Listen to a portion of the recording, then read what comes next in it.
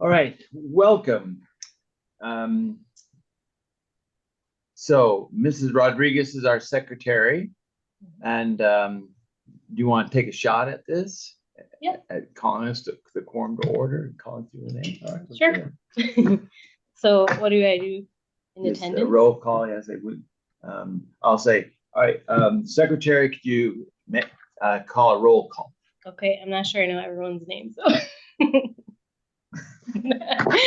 We will help you. Okay.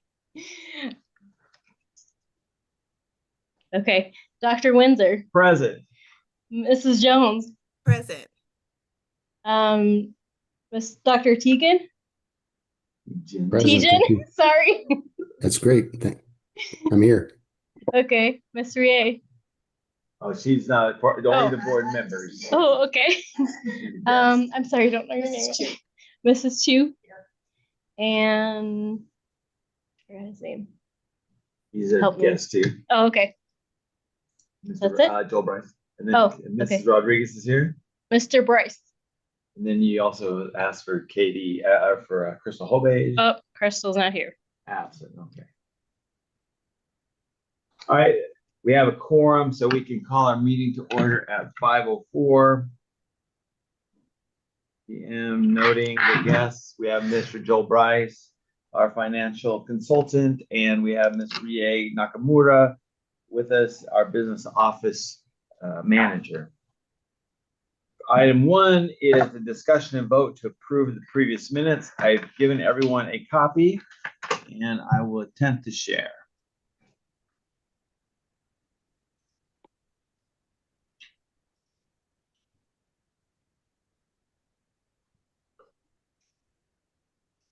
Screen.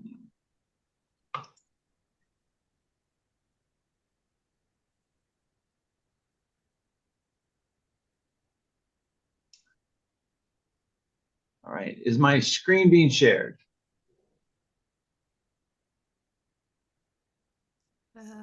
Yeah, we can see it. Yes. Okay, very good. Okay.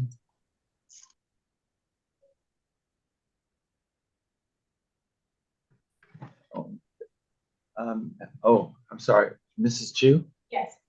All of the documents over there for the meeting, and Ms. Rodriguez, all the documents are starting at this end. Okay. That's the agenda, then the next item, next item, next item, next item. Sorry about that, Rie, they're over there.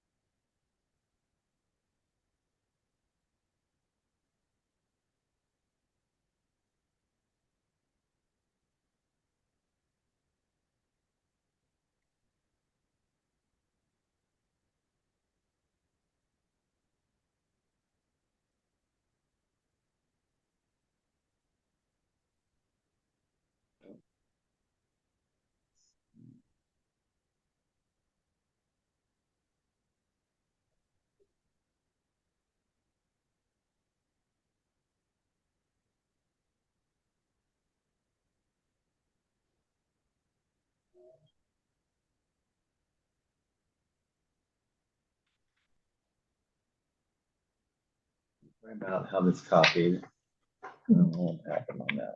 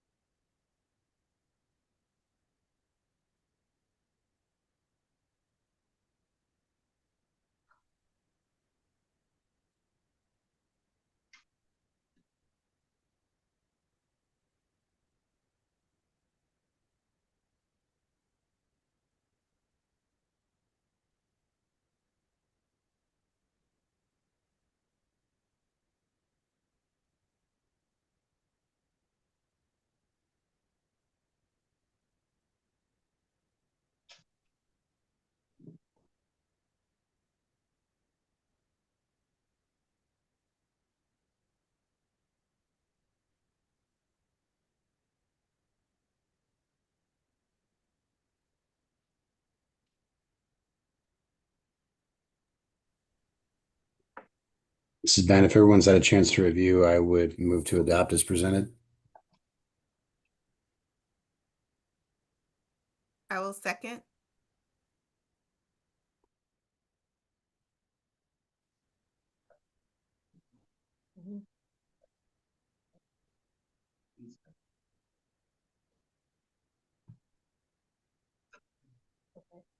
So do you go through everybody or just say all those in On favor? these, you can just say all in favor. Okay. You do a voice vote. The other one, I'll tell you to vote. Okay. All in favor? You just, a lot of times it's like, all in favor of approving the previous minutes. Okay. And just read that. Okay. All in favor of approving the previous minutes? Yes. Aye. Yes. Yes. I Is there any opposed? Any opposed? Okay, it looks like the motion passes unanimous of the members present. So everyone has. Okay. I did put a call to the public out and received no emails and no responses to our Google admin docs. All right, next I'm going to turn the time to Mr. Joel Bryce. And feel free to share your screen to go over the annual financial review from fiscal year 2025. Will do. Looks like we got to turn on participant screen sharing. Whoops. Make it go. There we go. Who can share?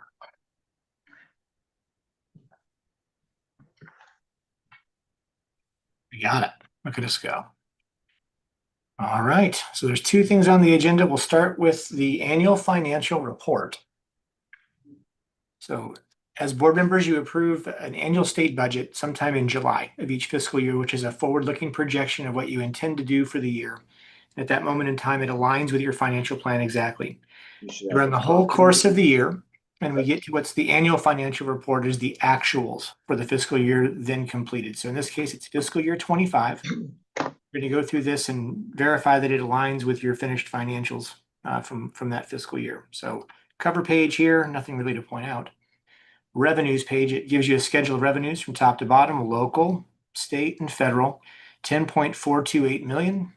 Can you guys zoom in for us there? I will. Yes. Thank you. I never know how it looks on the other end. It's the downside of the size of the monitor that I use.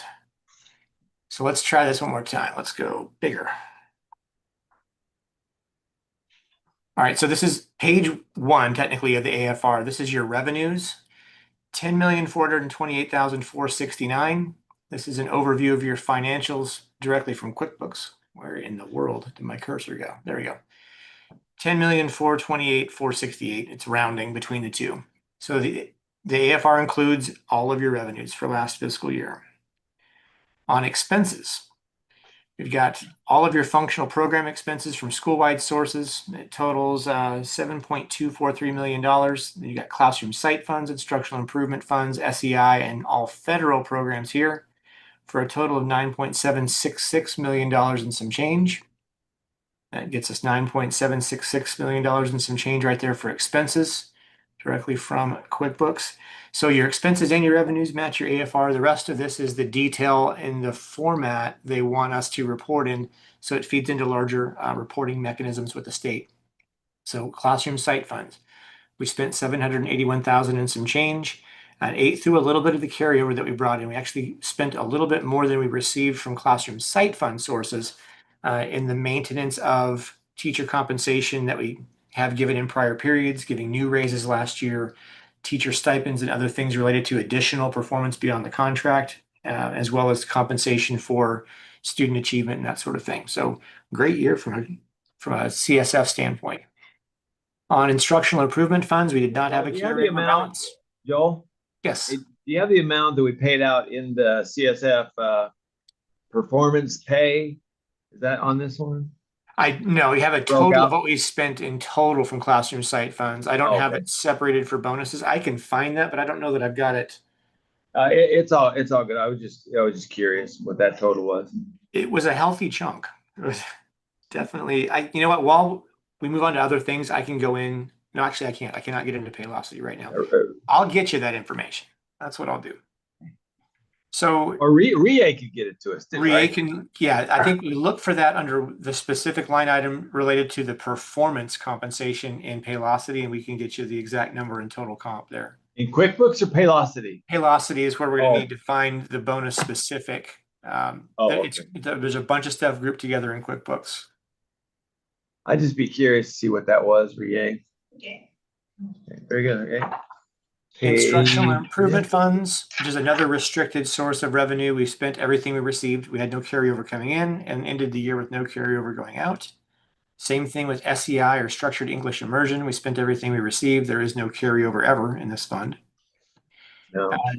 Balance sheet items. Finished the year about $5.24 million in cash.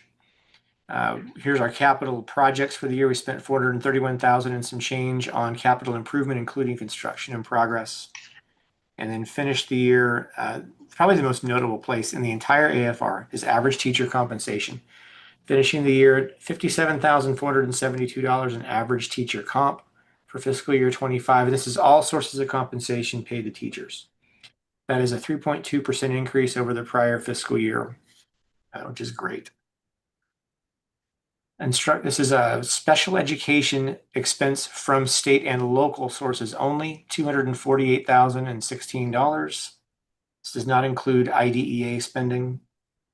And to be truthful, this does not include all of your sped spending at all. We model the actual spending we report down, so we maintain a lower maintenance of effort threshold, because you spend an awful lot on sped for sure. You do a very good job investing in that program. This is all federal program revenues and expenses, and then restricted state grants. So every dollar in, dollar out, spent it all. Nothing to really point out there. All spending across all sources and programs in the whole enterprise. Same information largely presented on page 2, except everything's grouped together now and not separated out by program. COVID money. Let's talk about that. We received and spent $457,648 from ESSER 3 in Q1 of last year. It was the last period in which we could incur expenses against COVID money and then draw it down. We've done that. Of that 457, 409,000 was interest on our indebtedness. And that concludes all of our COVID-related funding source spending and revenues for that matter. Hey, what? Slow down, Joe. Yep. That one, there you go. Do we have a question there, Brian? No, I was just keeping our new board member, Katie, I'm a little bit lost. caught up, so it's all good. Well, then you get to tell me what you want to go back and talk about more, because I could talk about this for hours. So I did not mean to go too fast, Katie. I apologize. Make your cursor bigger so we see where you're pointing, maybe. You know what? I've tried that, and Oh. it causes screen lag for some odd reason. I would love to make. I can't even see it half the time. I got to look for it. Okay. So all Well, of at least this we have it in front of us too. down here at the bottom is all of the money that we had allocated to us over the course of the COVID pandemic, and it's different sources. All of it was federal. It came from different kind of pots of money the Fed set aside. So it was a total of $4.2 million and change in COVID-related special one-time funding to help the school survive the COVID pandemic, and most importantly, bridge the learning gap for students by offering new programs or enhanced programs. All of that money has been spent, is what this report is saying. Over the course of the last 4 years, it's all gone. We've spent it. There is nothing left. Food service programs, we spent all that we received from the Fed there as well. And we kicked in an extra $22,668 from state and local sources. Pay for it. This is these last 2 pages are new to the AFR this year. It's tracking what they call fund balance. They really mean cash on hand that you can use to operate. So the school ended with about $5.5 million or so in the bank, this is a description of the different programmatic buckets or clusters that it ended up in, and compares our budgeted expenses there to our actuals. I really don't know why they do that, but we ended up where we said we would end up. And the next page really tells a better story. $5.24 million in total fund balance that we have access to. And we're setting aside $667,000 of that and some change for future capital projects. Board members, this amount is set aside in something called a repair and replacement fund held with our bond trustee. We can utilize those funds for any capital project related to Paideia. And we're going to be doing some of that this year to reimburse ourselves for things that we've done in the past, as well as do some projects related to 2026. So that number will go down, but we maintain the remainder of that balance for future financial stability. We do not need to utilize any of our fund balance to deal with deficit balance in 26, which is nice. And with that, that's kind of the end of the overview of the AFR. I'm happy to go back through and go through it in more detail if we need. The main tool of this is to say that we spend what we said we're going to spend, right?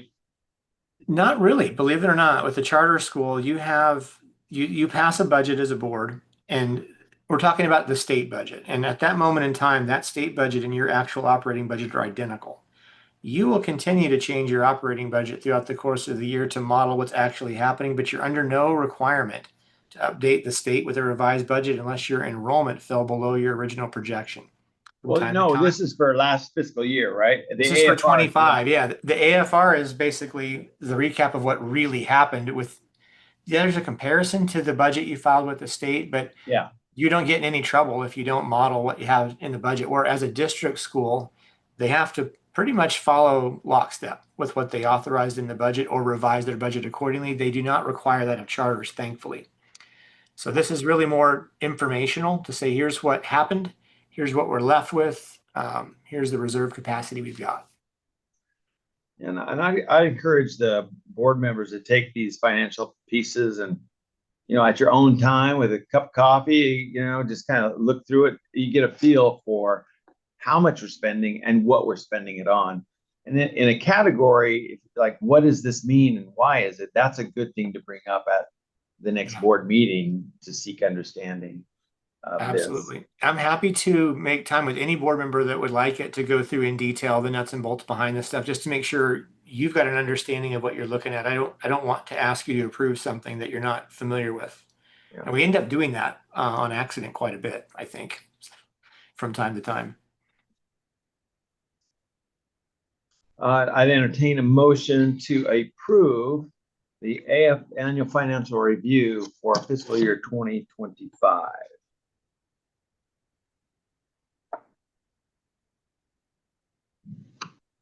You can say so moved. Oh, moved. Yeah. Okay. Mrs. Rodriguez moved.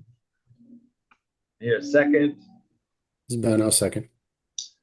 Ben, second. And on this one, you could do a roll call, so you just call each person's name for yes or no. Okay, Mrs. Chu, Yes. Mrs. Jones, Yes. Dr. Tejan, Yes, did I say his name right? yes, Is it, Dr. Windsor? Yes.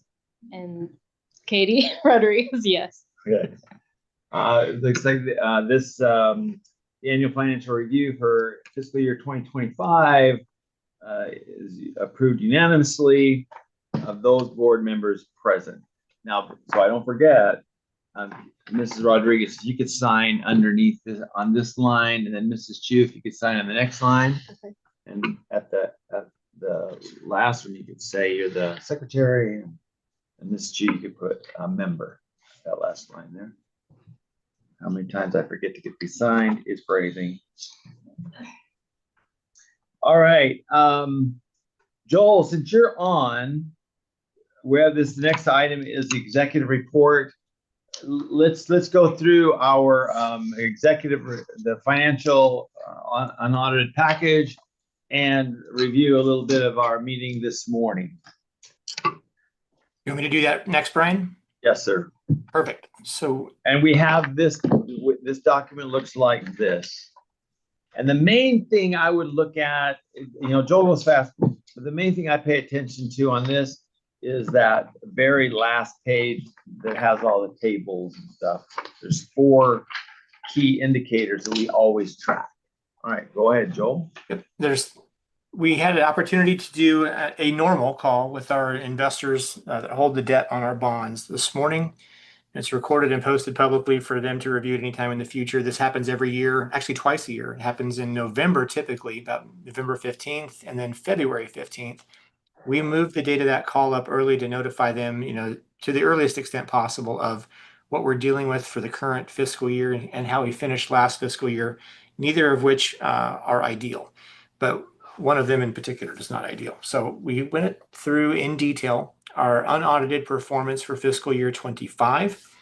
And I'm going to skip to the end and just give you an executive level overview of that. So the information we just talked about, $10.428 million in revenues, 9.766 Go ahead, million. zoom in on that top one if you could. Yep. Because that's like a million miles away. Yeah, It's like 10 looking at the galaxy. Still? Yeah, further. Oh, wait. I can't see that. Ooh, nice. There. Holy cow. There you go. That's perfect right there. Right I don't there. even need readers to read that. That's crazy. Okay, so last fiscal year 2025, which is this column right here, this is right out of your QuickBooks pumped into one of our reporting utilities. $10.428 million in revenues all in. Expenses totaled $9.766 million and some change from normal operations, meaning excluding depreciation, amortization, and other non-cash adjustments. So you had a profitable year, $661,000 and change from operations.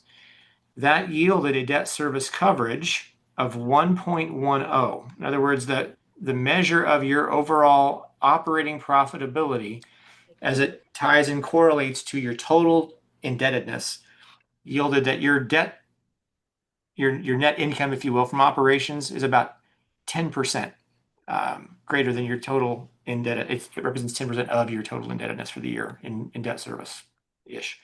So a minimally successful year. The problem is that you have a requirement to maintain a 1.2 debt service coverage for the year at a minimum, not a 1.1. So we were profitable. We did not lose money. We just did not cover the maximum or the minimum requirement in our bond covenants. So we're going before the investors through the trustee to ask for a waiver for the performance that was a little bit under where it needed to be for fiscal year 25. We feel very confident that they will grant that for fiscal year 25 based on the fact that the school has never tripped a covenant financially and has been a very, very strong annual performer. This is the first time we've had this kind of performance issue. At the same time, we went through with them our projected performance for 26 based on our now current enrollment level, basically projecting in a nutshell a loss for the fiscal year after depreciation and amortization, a very small positive net income from operations, but nonetheless a debt service coverage threshold of 0.79, which is below break even for debt service coverage and certainly below the limit of what's called the default threshold under your indebtedness. So we would simultaneously be asking them for a one-time waiver on the event of default for fiscal year 26. And we're hopeful that they will grant that based on the strength of our forward-looking financial plan, including fiscal year 27 through fiscal year 2030. So we've not gotten into that just yet, but the net of this is, given our enrollment this fiscal year, 830, that's actually 820. I actually think it's 819 right now. 785 ADM is where we're actually at. You have a $765,000 deficit in your performance this year to cover that minimum threshold required by your bonds.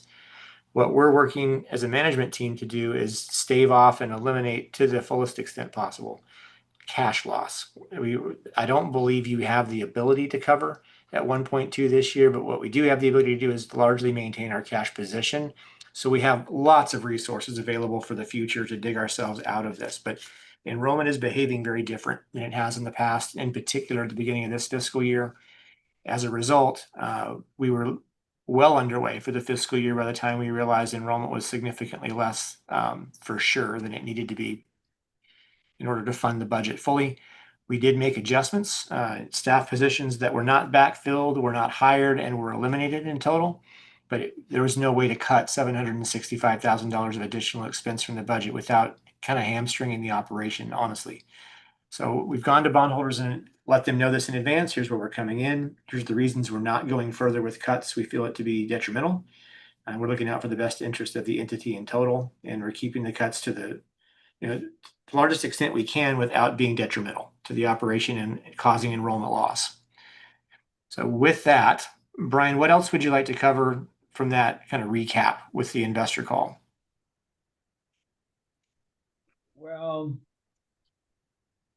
Miss Jones, myself, and the team, we have a marketing plan to move forward with a little bit different than normal. Not just shooting out social media. That's important. I think a real true relationship with the community through Victoria Jones, I think, is crucial. You want to explain a little bit of what you plan on doing, Miss Jones? Mrs. Jones? Oh, yes, sure. Can you hear me okay? Yes. Okay. Well, one of the things we're going to do to make sure that we are connected with the community so that we can, increase awareness about Paideia, get people to come and tour Paideia, and then eventually, of course, enroll. We want to be the, I want to say the beacon, the expert in the community on whole child education, and reach out to those families who might be they might be homeschooling right now, or they might be looking for an alternative educational option in the area, and they're interested in other models of education that we're doing, but I don't know that people are aware of exactly what we're doing in the community. So we want to do some podcasts, start a podcast for Paideia, talking about whole child education and how you can bring this whole child education home, some strategies, bring in some guests. We have a lot of expertise in our building to share, and also expertise in the community, and just become kind of like a beacon of information and strategies that people can use at home and in education. We're reaching out to preschools, to homeschool communities in the area. We've got a lot of students transferring over to ESAs, and that is what it is. So what we want to do is lean into that and reach out to those families that may have gone in that route. There's a reason why they did that. So we want to bring them back into the fold with what we're doing, through whole child education. So that's one of the strategies that we have in place. Want to stop your share, Joel, and we'll get back to full screen? Can I ask a question? Absolutely, yeah. I have a question. I'm wondering, I know in one of the meetings, we were able to contact some of the families that did not come back. Did we get any more input from any of those families? Yeah, many of the families that have left or are leaving, well, of course, there's many reasons why. A lot of it is movement out of the neighborhood, out of the community. Some of our families are getting, quite frankly, priced out of the neighborhood, out of the community, or they're moving out of need, having to move to another community, sometimes in some cases out of the country even. So those are situations that are just happening. We've definitely reached out to any families that we feel like we can get back, or that we might be able to convince from leaving. But in general, those are some of the main reasons why people have left. Was there any families that gave like other feedback, that things that they were maybe disappointed in Paideia at all? So we look into all of them, all of the reasons. That's one of the things we do when someone withdraws. We ask them why they're leaving. And there hasn't actually been this year, it hasn't been a lot of complaints in that area. It's been a lot of movement. The ones that we did receive, we've followed up, like what was going on, is there anything we can do, how can we fix this, that type of thing. But in general, it's a lot of movement out of the neighborhood. Another thing we want to really lean into is the family-to-family referrals. And I know we had offered to the Family Lighthouse Committee to push that idea with that, you refer a family, they come and you get the swag coupon or whatever to get some uniforms or something out of our store, that kind of thing. Okay. I think that leaning into the podcast and becoming an expert in this, I know I imagine there's families who can't come and attend Victoria's 7 Habits of Highly Effective People because life is just tough. But I think what she's going to do is make those available through video podcasts and video that are also videoed, and then families can watch that on their own with a call to action and a call to come and see. And there will be a lot of enticements to come and actually visit the campus after watching those. Yeah. And one more thing, Ms. Rodriguez, to what you were just saying, when we give those surveys as well, we're looking at all the survey data, because those surveys often tell us the things that families want if they fill it out. If they'll do the survey, which is kind of, I would love to see more surveys completed, but we get a lot of information from that too. Like, what are some of the things that maybe we need to work on that might help us keep more families that are already here. We need to bring in families, but we need to keep the ones that are here.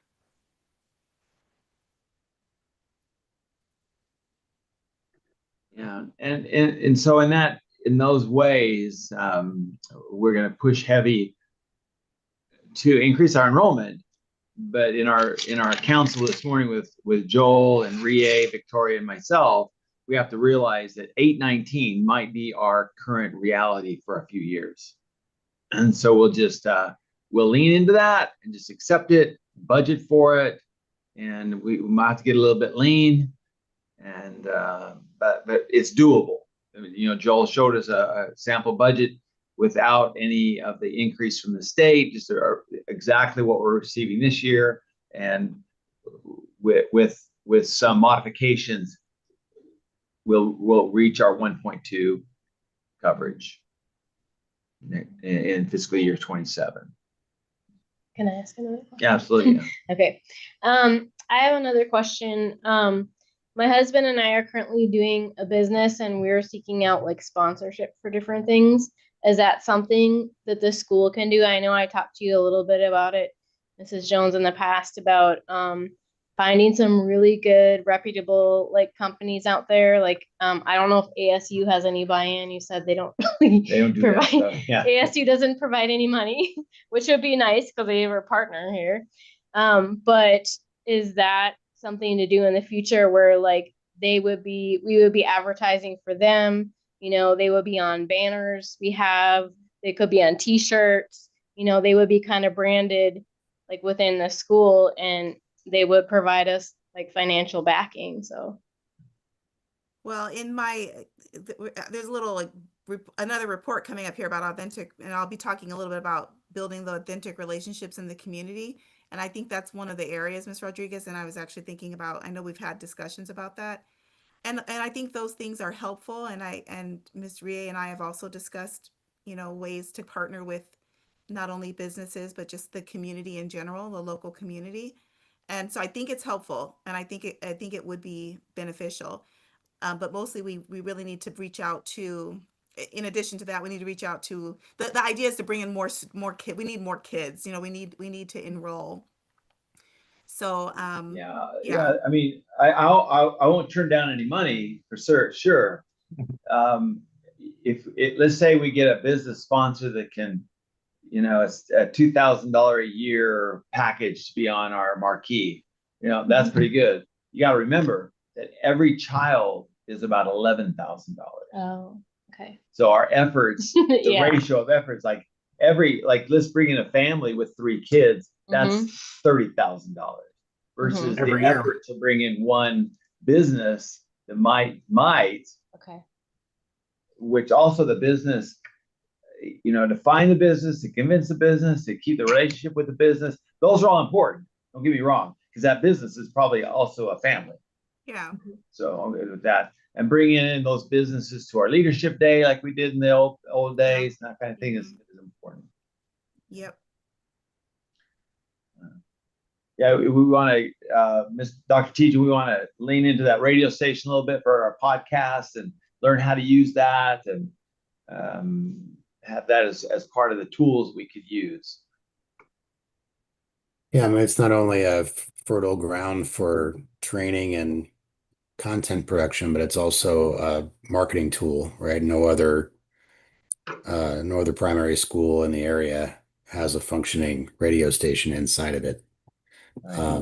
So that's now on the other hand, there's, we've seen local efforts to differentiate based on niche or unique academic opportunities kind of fall on its face. I'm thinking in particular about Roosevelt School District and their attempts to to characterize particular campuses as having specializations and then having to turn around and close 5 of those schools for declining enrollment. I mean, I think and I would go, just to make a broader point about this, the team, I'm sure, has really analyzed the reasons for declining enrollment, but we should keep in mind that this is I won't say universal, but it's certainly a widespread problem among the different types of school districts that we have on the public side in Phoenix. I mean, Kyrene is facing massive backlash right now with their long-term plan to close multiple middle schools and consolidate. And the primary reason for declining enrollment given in the Kyrene School District is the declining birth rate. Yeah.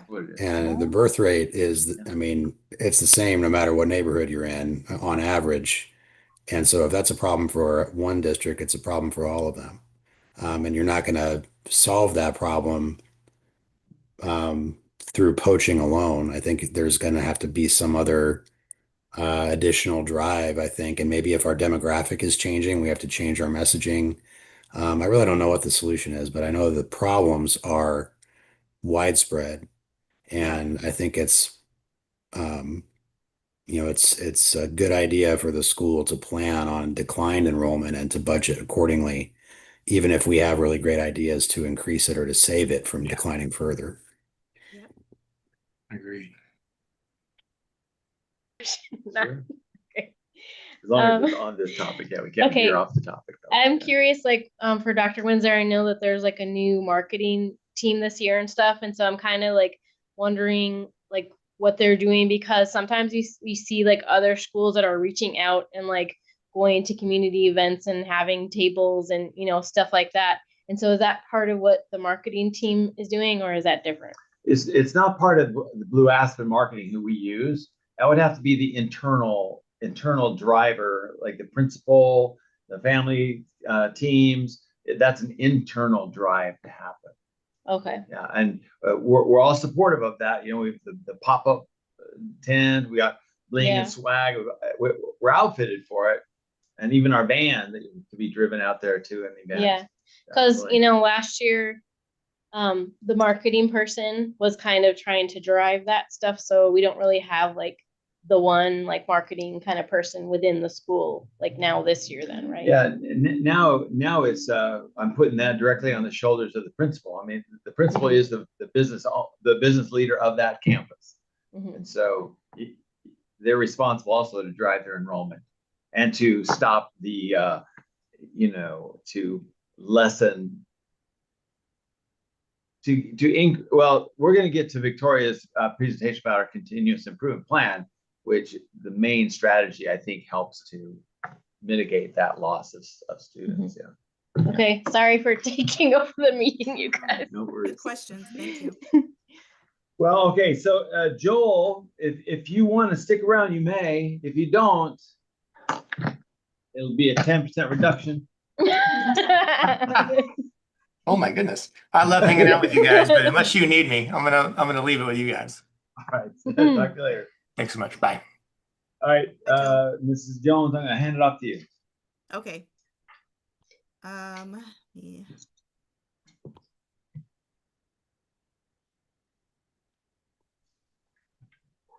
Share my screen.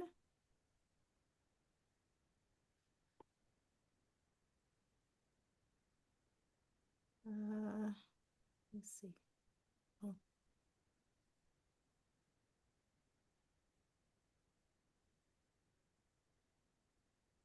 Okay, can you see my screen?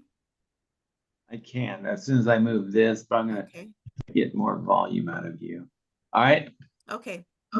that's Okay, better. so I'm just gonna do an overview of our continuous improvement plan.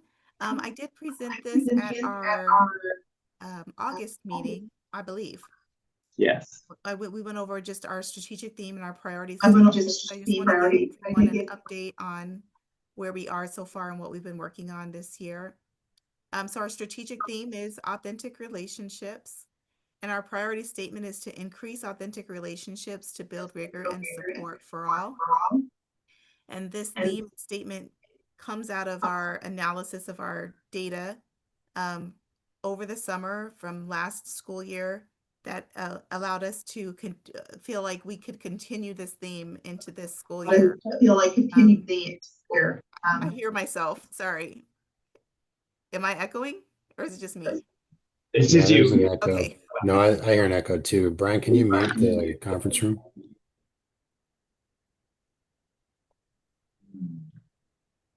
Yes, I can. Okay, thank you. So these are our three objectives. Objective 1 is to implement our MTSS, which is a multi-tiered system of support with Fidelity, and we're going to talk a little bit more about that with Mrs. Chu. Objective 2 is to intentionally ensure authentic relationships across our campus and school community. And Objective 3 is to analyze our common assessments and our informal observations, teacher observations, to ensure rigor with support for all. And our bet is that these three intentional objectives are going to lead to higher retention, both teacher retention, scholar retention, and hopefully keep, again, the idea is to keep our families that are with us. So Objective 1, implement an MTSS system of support with Fidelity. Mrs. Chu, did you want to go over that one a little bit more? Oh, you might have to unmute now. Okay, and then I'll mute myself. Good. Okay, so with our TSS systems of support with Fidelity, that has been ongoing since the first day of school. We have worked with our interventionists, our dean of students, and our gen ed teachers, and it seems to be going really well. We are tracking it through our 45-day screener, and then also with our special education evaluations. I meet bi-monthly with our support team, which is the dean of students, the SPED team, as well as the principals for both campuses. And we go over supports that are needed And then I also meet with gen ed teachers when they feel they need the extra support, as well as the curriculum coordinator to kind of make sure that students are getting the level of support, whether it's academic or behavior, and then coming up with some plans of support, whether it's the success guide that has been tracking students' behavior, or the intervention small groups that our reading interventionists and our math interventionists have implemented by pulling out small groups based on the MAP data. Thank you, Mrs. Chu. So yes. Can I ask a question really quick? Is that just for SPED or? Nope, SPED and gen ed. Okay. Yeah, we start with general education, and that's the tiers that we use. So we basically, if we feel like there's a concern from the 45-day screener or from the teachers, then what we'll do is the reading interventionist and the math interventionist put them in groups, and we work with them for 6 to 8 weeks. Then we get back together as a team and see, are the tier supports working? And then if they are working, great. If they're not, then we come up with a plan to say, do we need to go back to some system of support, or do we move it through a SPED evaluation? Oh, okay. We also have happening across the school, each grade level participates in what we call our grade level academic interventions. So scholars are grouped according to their need. And so you have scholars who might need whatever specific skills that they might need additional either help, or they might need to have an enrichment depending on how they are scoring and what skills they need to either reinforce, reteach, or enrich. And that's happening in every grade level. Okay, so if there's no other questions on objective 1, I'll move on to objective 2, which is to intentionally ensure authentic relationships across our campus and school community. So some of the things we're doing to really hone in on this objective, we've completed authentic relationship trainings on both campuses with our instructional staff, our administration, our corporate office. Everyone has received authentic relationship trainings. And what do we mean as a campus when we're talking about authentic relationships? We are also completing what we call intentional check-ins with through our one-on-ones. Our language at Paideia is the emotional bank account. We check on our teachers and our staff's emotional bank accounts in our one-on-ones, and we're also committed to logging what we call restorative conversations. So to increase our empathic and authentic relationships with one another and with our scholars through circles. So we're tracking those and logging those. We're also getting feedback on relationships through our surveys. So we already completed our first survey, fall survey number 1. We received feedback from our scholars, teachers, and families, and I'm going to show you a little bit more depth on what the results of those surveys on the next slide. So here's our fall 2025 overall insights from our survey, from our first survey. So insights across our groups. We surveyed our families, our educators, and our scholars, our elementary school scholars and our middle and high school scholars. So some of the strengths that came up was relationships and culture, particularly among our families and educators, instruction and support, particularly among our educators and families.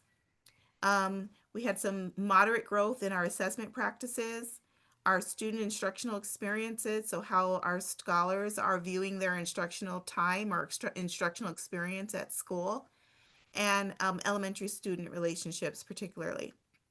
And some of the areas showing that we needed some work was in our leadership and priorities among our educators, the perceptions and priorities from our families, meaning some of the experience of the relationship and culture from our families, and then student school culture, and in particular our middle and high school. So we identified a few next steps based on our survey results.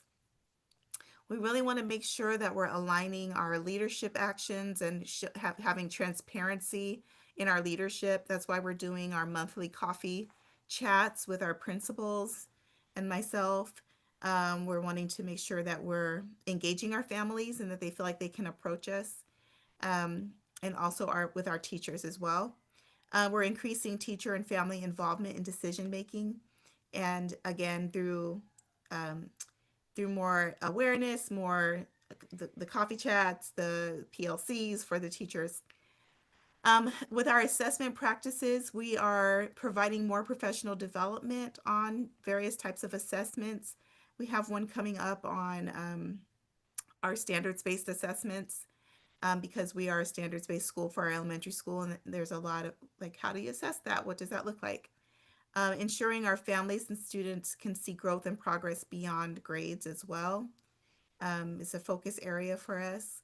Student experience and culture. So we're wanting in the middle and high school to strengthen belonging, that word belonging, and just strengthen their pride in their school. Part of that is what you can see when you walk in the campus, the rebranding, all of the pride for the owl pride, and we have some new uniform, well, not uniforms, but some swag, and so it's sweatshirts and our hoodies, and we're increasing that as well. We want to get out bumper stickers, and is that what you call it, you put on the car? Yes. The Paideia swag, Paideia pride. And then relationships and instruction, maintaining a strong culture of respect and support, which is scoring high. That piece comes out as high for us, and we want to really make sure we can maintain that, and that we continue investing in good instructional resources, of course, and teacher collaboration. So these were just some of the standouts from a lot of survey data that was crunched down into these individual insights. Any questions on that survey data? Again, my goal for the next survey is to get a lot more family participation. Yeah, that's the challenge. Yeah. Mhm. They want their voice heard. Oh, here's a survey. That's not what I meant. I just want to yell at somebody. And so objective 3 is to analyze our common assessments and our informal observations, our teacher observations, to ensure rigor with support for all. So the term rigor with support comes from our AVID program. We have we've implemented AVID in PLA and now in PEA as well at the elementary school. So now we're K-12 implementing various components of AVID throughout the campus. And so we're tracking rigor. We want to make sure that our scholars are being engaged at a high level in every classroom, and that we can monitor that through their assessment data, through our walkthrough data, like what's happening in the classroom when you walk through, that scholars are being given choice and voice in the classroom, and that they understand when they are making choices about their education, that's what they're doing, that they're actually making a choice. So we're tracking rigor. We're using section 4, which is on authentic literacy of our walkthrough forums. We're monitoring for evidence of rigor and supports in the classroom through those forums. We're ensuring that our classes are actually administering their common assessments on schedule, and that we're analyzing those assessments to ensure that that our comprehension and our growth is there from week to week. The assessments are very rigorous in our curriculum, and because of the rigorous nature of the assessments, that's an area where you see students sort of not want to take the test. You're like, it's really hard. It's a hard test, but it's so hard. So we're saying, well, we're changing the word hard to rigorous, and rigorous is okay. Rigor is okay. We're cross-checking observation with scholars' achievement data on their common assessments to make sure that what's happening in the classroom is actually translating to achievement on those assessments as well, and growth. And so that's an overview of our 3 objectives towards our goal or towards our strategic theme. And so with that, if there's no questions on any of that, I'll jump into the fall benchmark data. Are we good? We're good. All right. Hey, Okay, you got cool. anything? All right. So here's just a quick overview of our fall benchmark data, just to keep the board aware of where we are. We took our benchmark in August. And so what we do, this is our baseline data. We set our WIG goals, our wildly important goals, based on this fall benchmark data. So for math, this is our district profile for our fall math scores. So in all of our grade levels, K-12, we landed at the 46th percentile. And so you can see how we're pretty much evenly distributed across the bands here. 20% of our scholars were in the 1st to 20th percentile, which we consider to be pretty critical. 24% of our scholars were between the 21st and 40th. 24% of our scholars were between the 41st and 60th. 20% of our scholars are between 61st and 80th. And then we had 12% of our scholars above the 80th percentile. So when it comes to the achievement data, we know that we want to see them at the 50th or 60th percentile or above to show that they're growing at least a grade level. I think that's pretty good to start the year at the 46. It's not bad. Yep. So here's our district math. And so what you want to look at, I know this is a lot of data, really you want to just look at the bubble next to the grade. So you see K and it says 56th, grade 1, 58th, grade 2, 45th. Those are the percentiles. And so with the idea in mind that we're looking at the 50th percentile or above as being fairly on track to do well in that, to make the year's growth, you can see where everybody is. This is not bad for a fall benchmark for math. 56th, 58th for 1st grade, 45th for 2nd, 60th in the 3rd grade. 50th in 4th grade. And then you can see as the grades get old, as you go up in grades, so grade 5, 6, 7, and 8, you see a drop in the percentile, meaning that things are getting harder. There's bigger gaps to fill in those grade levels. Then it kind of jumps back up again in the high school. 50th percentile, 54th, and 59th percentile. The grade 12 you can ignore because that's just, we actually, all of our seniors, most of our seniors are taking their classes over at South Mountain Community College, so that data was not actually, it wasn't really based on anybody's data. So you can kind of ignore that grade 12 one. Okay, so that's math. Here is our reading data. So in our district profile for reading, we landed at the 49th percentile for fall. 18% of our scholars are in that critical 1st to 20th percentile. 22% of them are in the 21st to 40th. 24% are in the 41st to 60th. 22% are in the 61st to 80th, and 14% are above the 80th percentile. So we're right on the cusp there. And here's our grade level distribution of our for reading. So kindergarten, you can see kindergarten starts at the 45th percentile, 46th for 1st grade, 45th for 2nd. You can see all the way down, doing pretty, getting in those 40s, 50th percentile. 6th grade, there's a little dip there. And then 7th grade, there's a jump. So we base our goals for the year off of these percentiles. And of course, this is our this is our starting place.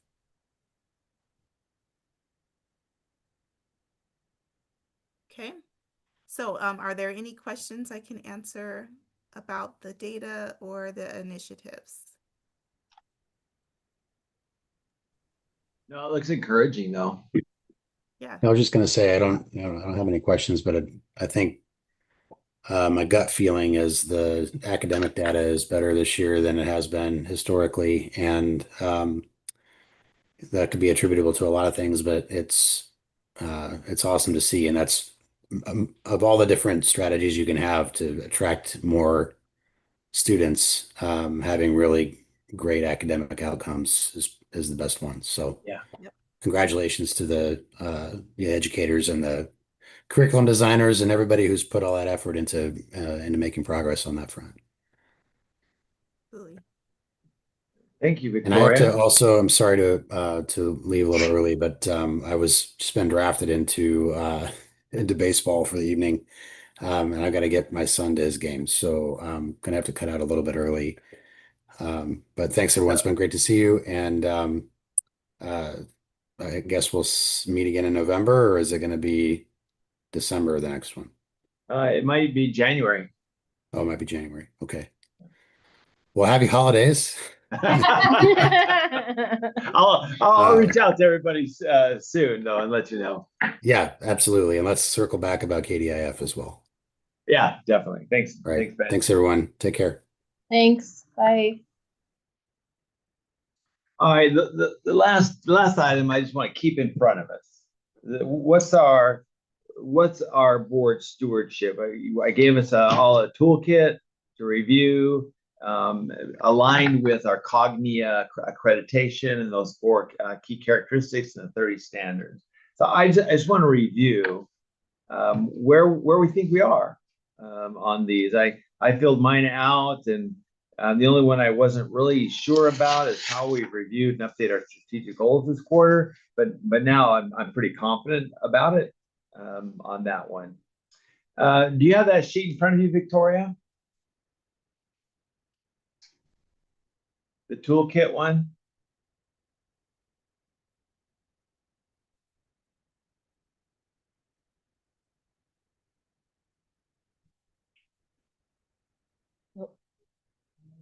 I think you're muted. Oh, I'm muted. Yes, I do. I'm sorry. Yes, I do. Okay, very good. All right, I just want to go down through and let's give some thoughts. And another valid response is, I don't know. And what we learned from our accreditation is if we say, I don't know, that means we don't have evidence. And if there's no evidence, then it isn't happening. So we want to have that paradigm of show me, don't just tell me. So number one, are we consistently monitoring student academic growth and achievement? Misan, it feels kind of like part of your lane, and Mrs. Jones.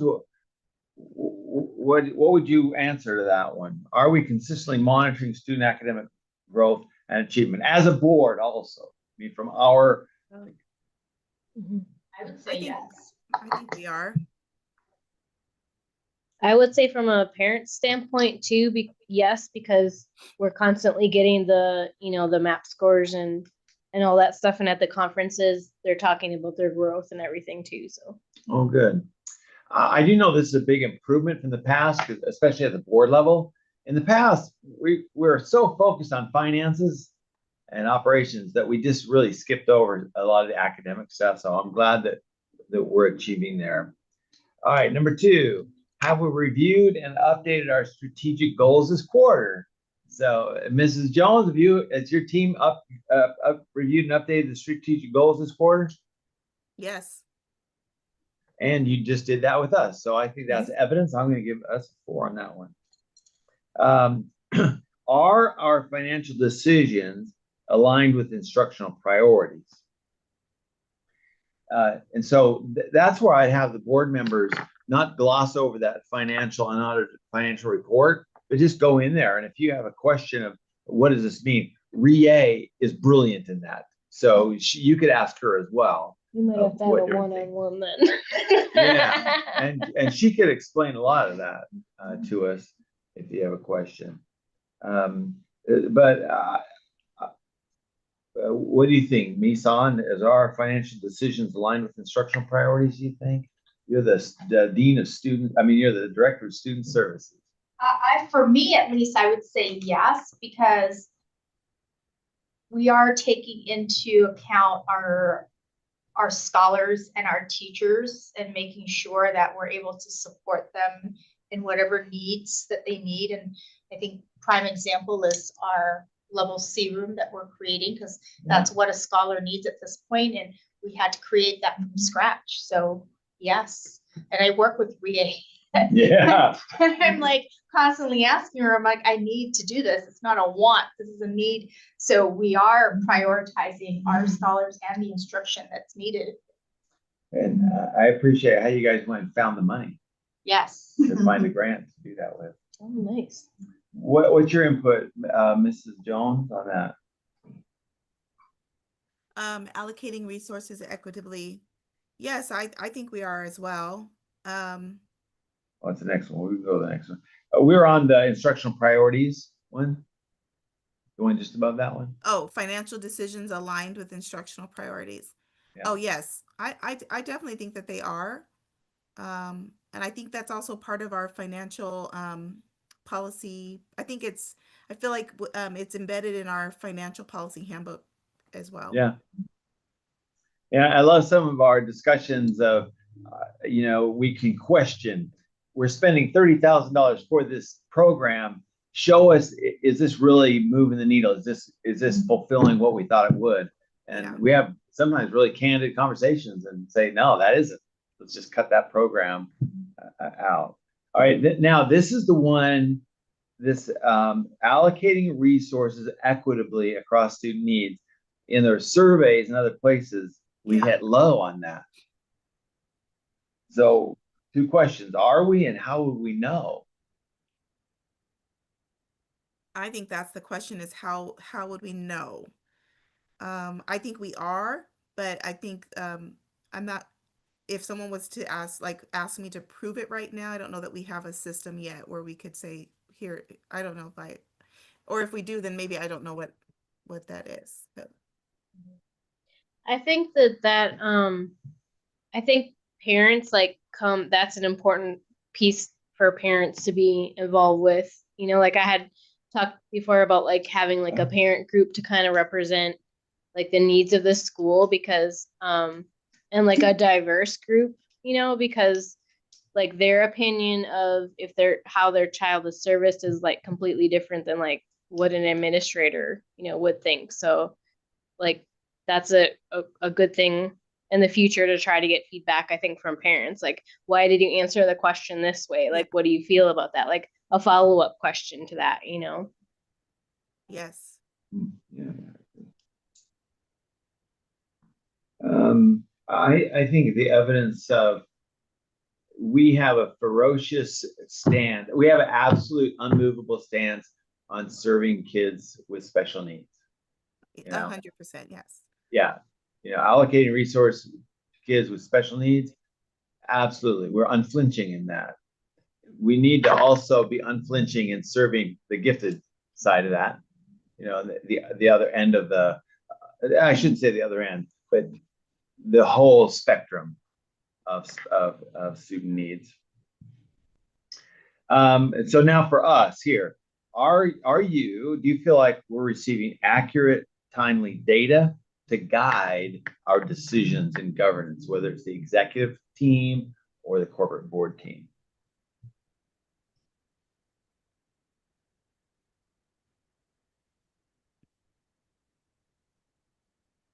Would that be a yes? Because we have our weekly Monday EL meetings and we kind of talk about any of the concerns or supports that are needed, and it kind of guides us in what we need to do. Yeah, let's elevate that to the corporate board. So let's ask Katie. What is the Monday meeting that you So every Monday we have a meeting with the administrators, and each week is different on who's presenting, but we come together as a team and we work on support that's needed, any issues that need to be worked on. I think decisions. Let me define it down. So that's execution, right? And I agree, man. We have abundance of data for execution. The governing board, the corporate board, is governance. So is that data giving up to the governance body, this body, in a timely way to help us inform our decision making at this table at our meetings? So are you saying that more of what they're doing needs to be brought to the corporate board? I'm not saying anything. Oh. Can I Yeah. speak?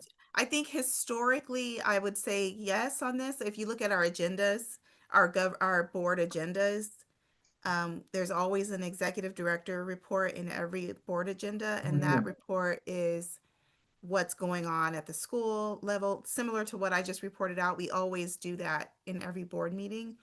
And so, and then we have our financial data. It's always the most updated financial data.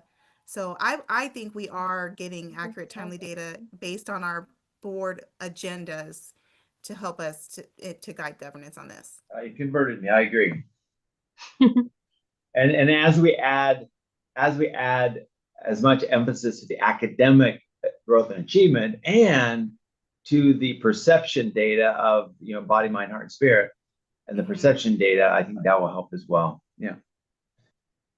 All right. Have we as a board reviewed, or do we have, or is our development needs or our training opportunities reviewed and available? I know in the last board meeting, I said we had a Cognia website portal that has training in there. So did I give that to anybody? I think you told us about it. I'm not sure if you did. Sounds right. So would that help you as a new board member if you had a portal, a place to go that you could review stuff like that? Yeah, because like I'm just trying to understand, like for me, it would be interesting to know like what is the board meeting about, like what parts need to be a part of it, like what are you trying to measure, what are you objecting, you know, like it would like the background of a board meeting basically. Yeah, especially from, you know, because Victoria, Nissan, myself, you know, we're in the thick of things all the time. So sometimes we spin out acronyms and words that you and maybe Crystal. So we need to I think we need to do a better job at that, training the other board members. Now, Mrs. Jones, do you feel like, and I'd love some candid feedback, is our executive director of educational operations, this is supposed to be for Victoria, receiving consistent, mission-aligned support and accountability?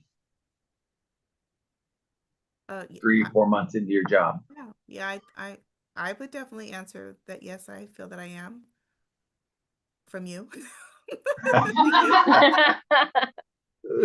Thank you. I did want to know also about the student academic growth and achievement. When I did the executive director report, I did want to also note to the board that one of the other ways that the school is monitoring academic growth, it's through the WIG Wednesdays. So I know on the PLA side they're tracking GPAs, and there's the students in each grade level, they're tracking their own GPAs, and then on the elementary side they're tracking and monitoring attendance and all of their grade level WIGs as well. And they have their WIG warriors, and they're all, so it's a campus. Both campuses are doing a good job of tracking those things. I just wanted to make sure I noted that before I forgot. Can I ask a quick question about that? I was curious, because last year a lot of the emphasis was on how many trophies they got, and now it seems like the emphasis is more on the attendance. So I was just kind of wondering what the like purpose of the switch was kind of. We wanted to, so again, we always look at data to determine what's the biggest bang for a buck. Not that we're not focused on exact path, because and reading eggs and everything, that's still, we still believe that if kids are doing that, they're going to fill in holes, and so I know that those are grade level, some of the grade levels, they're focused on that in their grade level WIG. School-wide campus, we looked at what do we think is the biggest gap? What do we think is the biggest thing that if we did this, it would make the biggest impact? And we believe we believed that it was attendance, that kids are leaving early, they're arriving late, they're, you know, not coming. And we just think you got to be at school to have the biggest impact.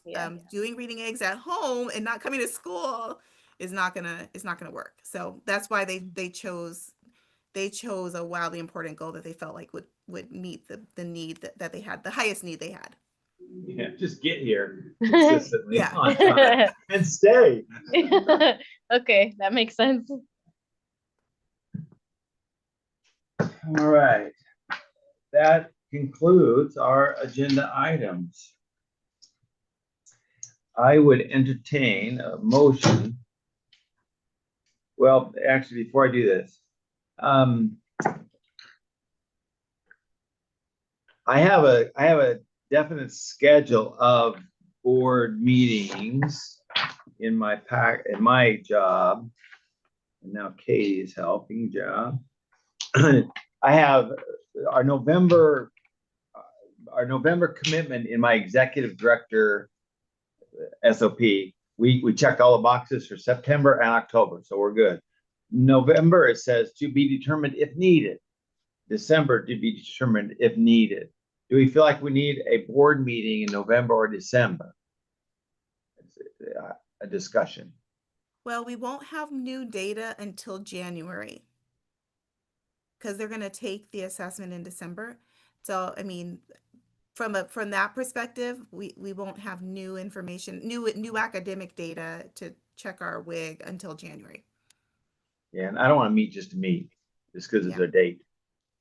So January, I've got 1, 2, 3. There's 5 bullet points in January, which is just exactly what you're talking about. And the last year's state data, we need to do a deep dive into last year's grade and why and what happened, what we can do. Yes. And then February starts hot and heavy because we got to start reviewing policies and getting ready for the next year, personnel, operations, and all that kind of stuff. All right, so we're not having a November, we're not having a December, and we will have another one in January. And I believe I'm going to be here in January. I believe, yeah. All right, having said that, I would entertain a motion to adjourn. Second that. You're gonna second Was it? it first? She said so moved, and then you get second. Okay. So Victoria moved, Oh, yes. Katie second, and then we just do a voice vote. Okay. Mrs. Chu? All in favor, say all in favor. Oh, all in favor? Say Yes. I Aye. aye. Any opposed? Any opposed? We stand adjourned at 6:21 p.m. Hallelujah. Thank you, All right. Mrs. Jones. I'll Thank see you in the you. morning. All right. Good night. Good night.